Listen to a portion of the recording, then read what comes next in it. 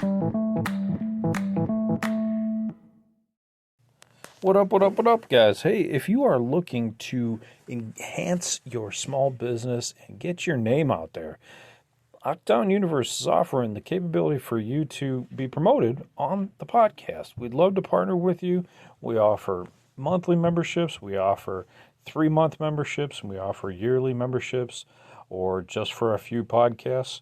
So if you are interested, please email lockdownuniverse@gmail.com. We'll get back to you and we'll be happy to give you some quotes. Thanks so much and enjoy the show.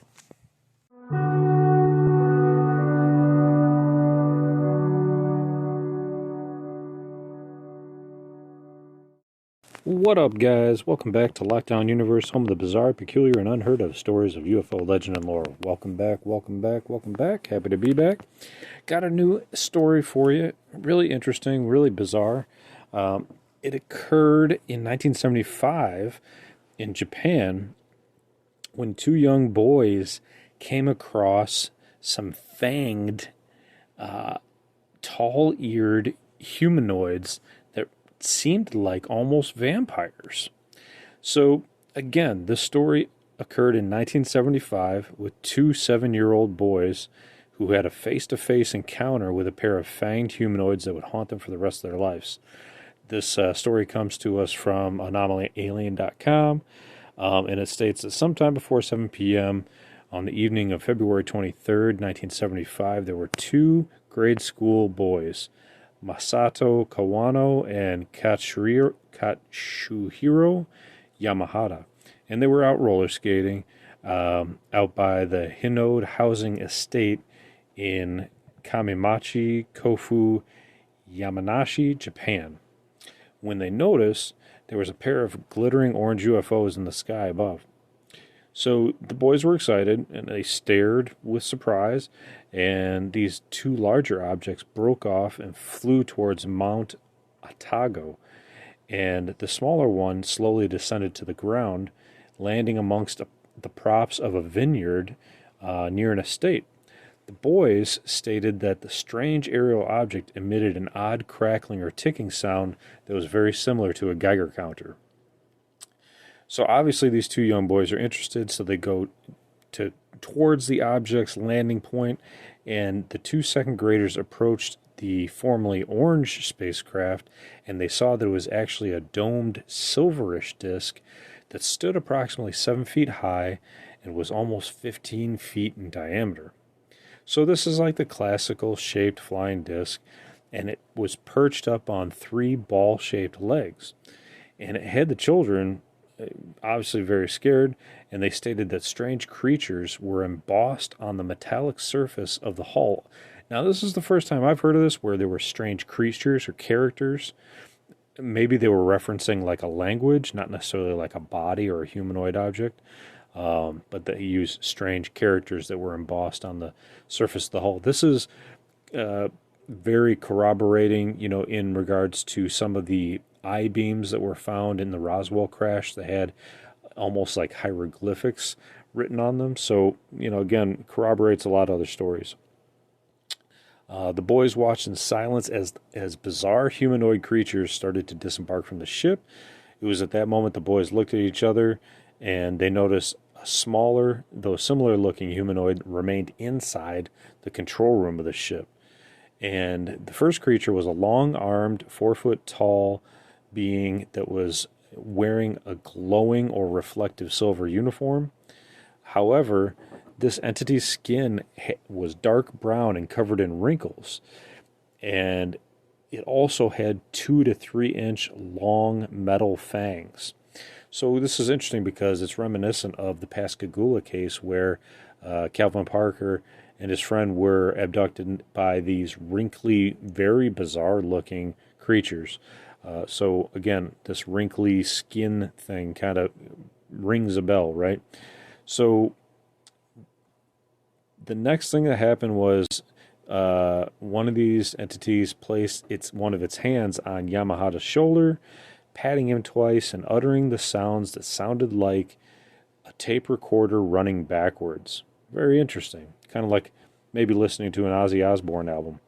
At this point, Yamahata was paralyzed and fell to the ground. His friend believed that it was caused by fear. However, it's well known that aliens can make people pass out and just, fall into kind of like a comatose state. As soon as Yamahata dropped, Kawano, exhibiting tremendous courage, pulled his friend up onto his shoulders and lugged him away from these vampiric alien assailants as quickly as he could. Now, what's cool here in this article is they have drawings of both of the creatures and both of the craft in the sky, and then what they saw on the ground. So in the sky, it was like an orangish, dish-shaped object, and then once it landed, it was silverish and kind of almost looks like Air Force, almost, and it has a dome shape to the Air Force-like craft, but it's still a circular craft. But it looks more silvery, like an Air Force, F-16 would look like. So upon returning home, the boys were hysterical. However, they were able to jot down these drawings. And again, the news spread throughout their Japanese town. The following day, the children started to discuss these tales with their teacher and with other children. And of course, in Japan, it's always one to save face. However, these boys couldn't keep it in their pocket any longer. It was determined that the boys would be unable to accomplish the task of of cleaning up these areas where people believed that it wasn't an actual aircraft. They believed that it was fake, so they believe these kids vandalized it. There was an investigative team that found that these traces and the ring patterns in the soil had broken concrete posts where the UFO landed. There were several holes in the ground where the boys stated the ship had landed.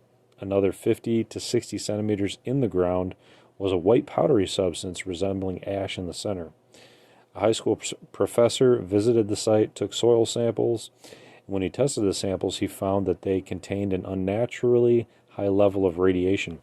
Could have stood for, or could explain those high clicking sounds that they heard. So later, other professors and experts confirmed the findings and determined that the radiation most likely came from a foreign object that came into contact with the soil. Again, probably the UFO craft. But what's interesting is, no matter what happens, these boys, who were boys back then, are now older, right? In 1982, they were 14, and at 82, they were 14. So you add 40 years to that, so they're about 54 now. They've never changed their story. They actually underwent hypnosis in 2001. During the hypnosis, they again recounted what they had said earlier. And over 50 years later, they continue to insist what they saw exactly how they reported it initially. So these creatures are very interesting because they're different from many other creatures. These guys really do look like vampires or bats in this picture. So if you get a chance, check it out. And the descriptions are written in Japanese along the side of them. But truly fascinating. I haven't heard of fanged creatures at all. These creatures have high ears, very similar to bats. They kind of look like those Kentucky little mini devils that family was blasting out of their farmhouse, but maybe a little bit larger. So again, we just have another story that has different creatures once again. And this time, it's not from America, it's not from England, it's from Japan, and I'm sure there's probably many cases in Japan and China where if you come out and say that you saw a UFO or an alien, they're going to think you're nuts. Your family's going to be ridiculed, or you might not be able to work because there's a lot of social currency there. Your family name is taken into consideration when you get jobs, when you go out in public, when you're amongst business people in public, and you have to maintain face. So there's probably many cases in China and Japan that aren't reported. And so to hear this story come out is nice to hear. Of course, there's that story from hundreds of years ago, the Utsuro Buni case, which was a fascinating story where a red-haired, pale-faced alien came out of a craft with many hieroglyphics on it upon the Japanese shoreline and spoke to some of the individuals there. So that's an interesting case too if you want to look that up. But again, very cool story out of Japan. Different type of alien. Apparently these kids didn't get kidnapped, surprisingly, or abducted. So good on them. And what do you think? You think it's an interesting story? You think it's real? You think it's true? Leave your comments in the comment section. Feel free to drop them at Lockdown Universe on Facebook, and be happy to hear from you. So until next time, guys, take care of your mental health, your spiritual health, your emotional health. Follow through on your hobbies and your goals and your dreams, whatever those may be. And as always, keep your eyes on the skies and continue to question the universe around you. It's a big universe out there, and we've got lots of questions. Take care, guys, and Lockdown Universe out.